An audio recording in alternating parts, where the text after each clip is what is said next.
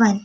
5 + 3 8، 8 1 8، 5 1 5 and 3 1 3، 5 + 3 = 8۔